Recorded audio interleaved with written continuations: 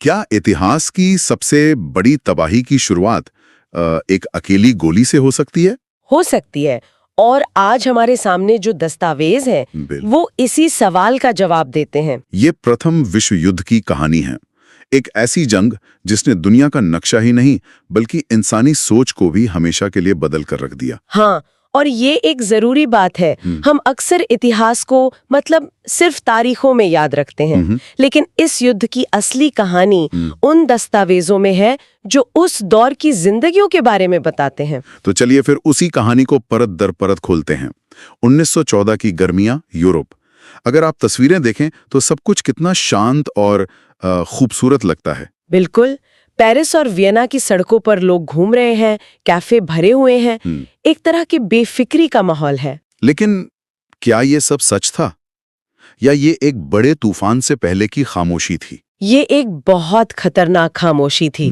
बाहर से भले ही सब शांत दिख रहा था, लेकिन यूरोप उस समय बारूद के एक ऐसे ढेर पर बैठा था जिसे बस एक चिंगारी का इंतजार था। और इस तनाव के पीछे कई बड़ी वजहें थी, है ना?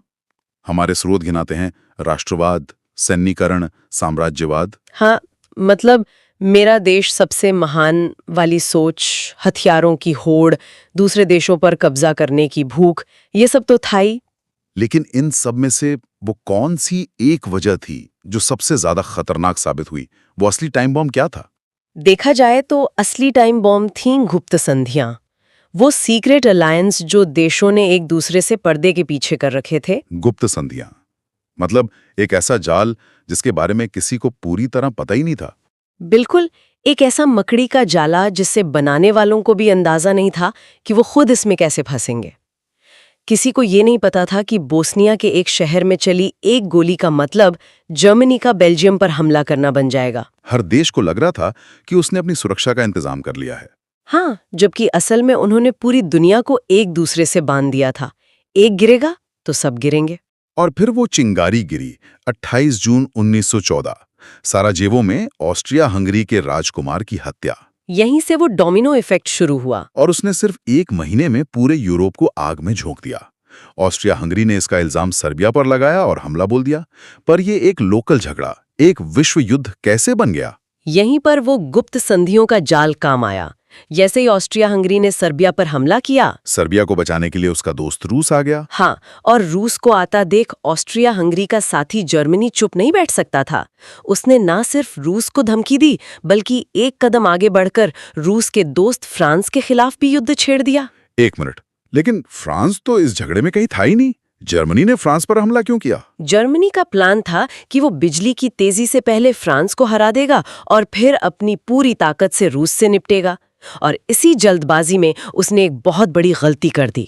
कौन सी गलती? फ्रांस तक पहुंचने के लिए उसने एक छोटे से न्यूट्रल देश बेल्जियम पर हमला कर दिया। और बेल्जियम की सुरक्षा की गारंटी ब्रिटेन ने दे रखी थी। सही कहा।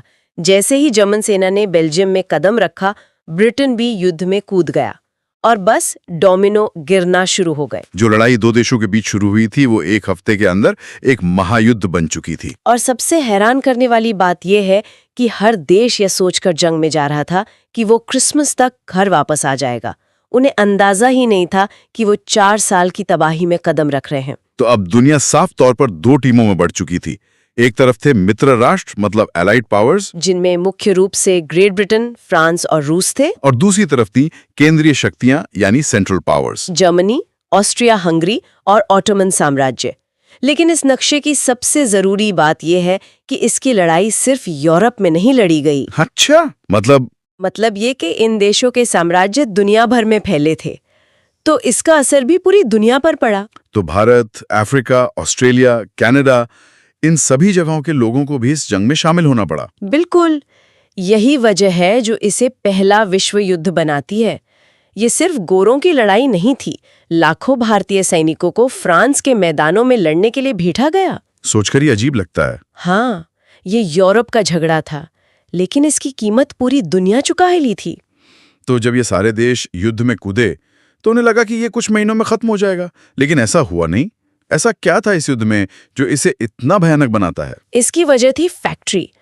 औद्योगिक क्रांति ने जो मशीनें बनाई थीं, अब वही इंसान को मारने के लिए इस्तेमाल हो रही थीं। ये इतिहास का पहला इंडस्ट्रियल वॉर था। और इसका सबसे बड़ा उदाहरण थी मशीन गन। हाँ, मशीन गन ने तो युद्ध का व्याकरण ही बदल दिया। एक ऐसी मशीन जो 1 मिनट में 600 गोलियां दाग सकती थी, उसके सामने आगे बढ़ना मतलब सीधी सीधी आत्महत्या। और इसी की वजह से सेनाओं ने जमीन में खाइयां खोदनी शुरू की, जिसे ट्रेंच वॉरफेयर कहते हैं। और वो कोई मामूली गड्ढे नहीं थे, वो कीचड़, बीमारी और मौत के मीलों लंबे जाल थे, जहां सैनिक महीनों तक रहते थे। असल दुश्मन सामने वाला सैनिक कम और बीमारियां ज्यादा थीं। जिंदगी नर्क बन चुकी थी। बिल्कुल। और जब लगा कि इससे बुरा कुछ नहीं हो सकता, तब आई जहरीली गैस। हाँ, जहरीली गैस इस युद्ध का सबसे खौफनाक चेहरा थी। एक ऐसा हथियार जो हवा के साथ चुपके से आता और सैनिकों को अंधा कर देता, उनके फेफड़ों को जला देता। ये तो कल्पना से भी परे है। इसने सैनिकों के मन में एक ऐसा डर भर दिया था जिसकी कोई सीमा नहीं थी। हमारे पास जो तस्वीरें हैं उनमें सैनिक गैस मास्क पहने हुए, पर वो मास्क भी हमेशा जान नहीं बचा पाते थे। और इसी तबाही में 2 और नए खिलाड़ी आए, टैंक और पनडुब्बी। हाँ, टैंक जमीन पर इस गतिरोध को तोड़ने के लिए बनाए गए थे, लोहे के दैत्य। और समुद्र के नीचे पनडुब्बियों ने एक नया मोर्चा खोल दिया था, जो दुश्मन के जहाजों को बिना दिखे ही डुबो सकती थी। इन सब हथियारों ने मिलकर इस युद्ध को एक ऐसी विनाशलीला बना दिया जो इंसान ने पहले कभी नहीं देखी थी। और ये विनाश सिर्फ सरहद तक ही नहीं रुका, इसकी आंच आम लोगों के घरों तक भी पहुंची। सही कहा आपने, ये एक टोटल वॉर था। टोटल वॉर, जिसका मतलब था कि अब सिर्फ सेनाएं नहीं बल्कि पूरा का पूरा देश युद्ध लड़ रहा था। तो इसका आम नागरिकों की जिंदगी पर क्या असर पड़ा? असर बहुत गहरा था।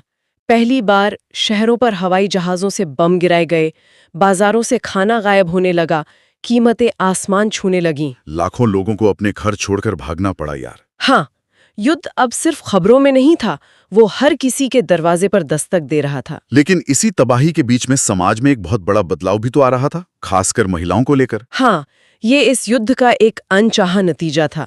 जब करोड़ों मर्द लड़ने चले गए तो देश की फैक्ट्रियां, खेत और दफ्तर कौन चलाता? तब महिलाएं घरों से बाहर निकली।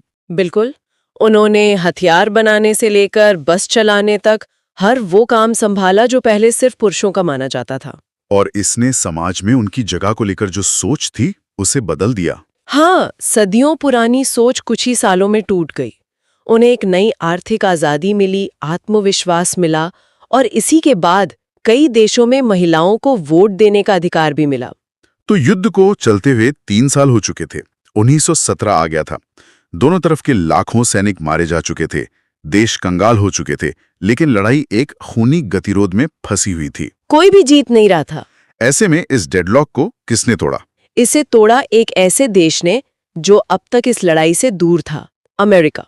अमेरिका तो शुरू में इसे यूरोप की समस्या मानता था, है ना? हाँ, वो इसमें पड़ना नहीं चाहता था, लेकिन 2 घटनाओं ने उसे अपना मन बदलने पर मजबूर कर दिया। पहली थी जर्मनी की पनडुब्बियों का आतंक। अच्छा। जर्मनी ने ऐलान कर दिया था कि वो अटलांटिक में किसी भी जहाज को डुबो देगा। उन्होंने कई अमेरिकी जहाज भी डुबो दिए। और दूसरी और शायद सबसे बड़ी वजह थी जिमरमैन टेलीग्राम। ये जिमरमैन टेलीग्राम क्या था?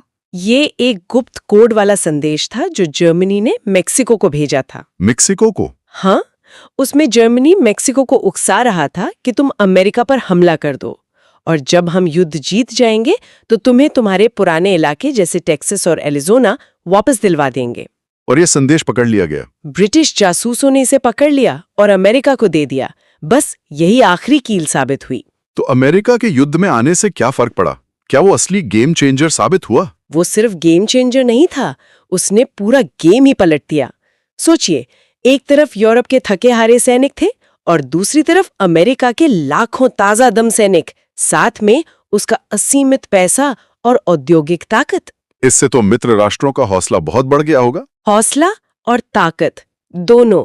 अब केंद्रीय शक्तियों की हार सिर्फ कुछ वक्त की बात थी। अमेरिका के आने के बाद युद्ध का अंत नजदीक आ गया।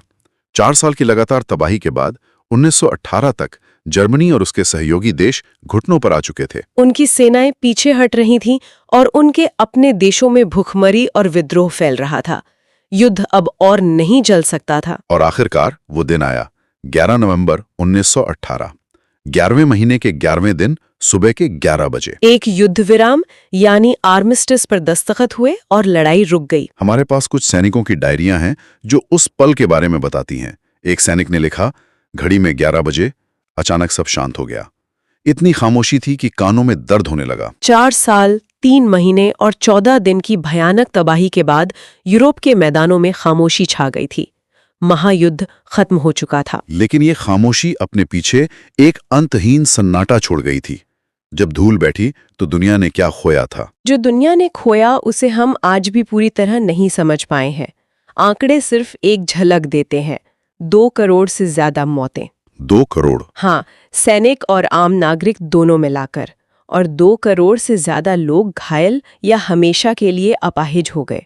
ये सिर्फ एक नंबर नहीं है, ये 2 करोड़ जिंदगियां थीं, 2 करोड़ कहानियां, 2 करोड़ तबाह हुए परिवार थे।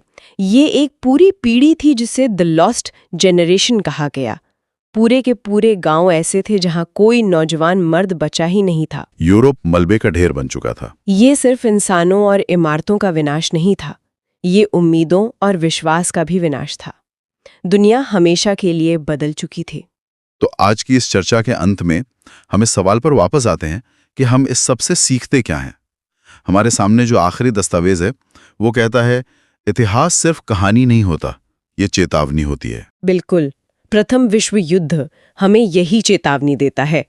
ये हमें याद दिलाता है कि जब राष्ट्रवाद अंधा हो जाता है और इंसानियत से ऊपर देश को रखा जाता है तो उसके नतीजे कितने भयानक हो सकते हैं। ये हमें शांति की कीमत समझाता है। वो शांति जिसे हम अक्सर बहुत हल्के में ले लेते हैं, वो असल में कितनी कीमती और नाजुक होती है। और यहाँ एक आखिरी विचार है जिस पर श्रोता सोच सकते हैं। इस युद्ध को the war to end all wars कहा गया था, यानी वो युद्ध जो सारे युद्धों को खत्म कर देगा। लेकिन हुआ इसका ठीक उल्टा। हाँ, इस युद्ध ने जिन साम्राज्यों को खत्म किया, उन्हीं की राख से भविष्य में होने वाले एक और इससे भी बड़े संघर्ष यानी द्वितीय विश्व युद्ध के बीज बो दिए गए थे। वर्साई की संधि? हाँ, जिसने जर्मनी पर बहुत कठोर शर्तें लगाईं, उसी ने हिटलर जैसे तानाशाह के उदय का रास्ता साफ किया। शायद इतिहास की सबसे बड़ी चेतावनी यही है कि जब हम एक चेतावनी को नजरअंदाज करते हैं तो हमें उसकी कीमत एक और बड़ी तबाही से चुकानी पड़ती है।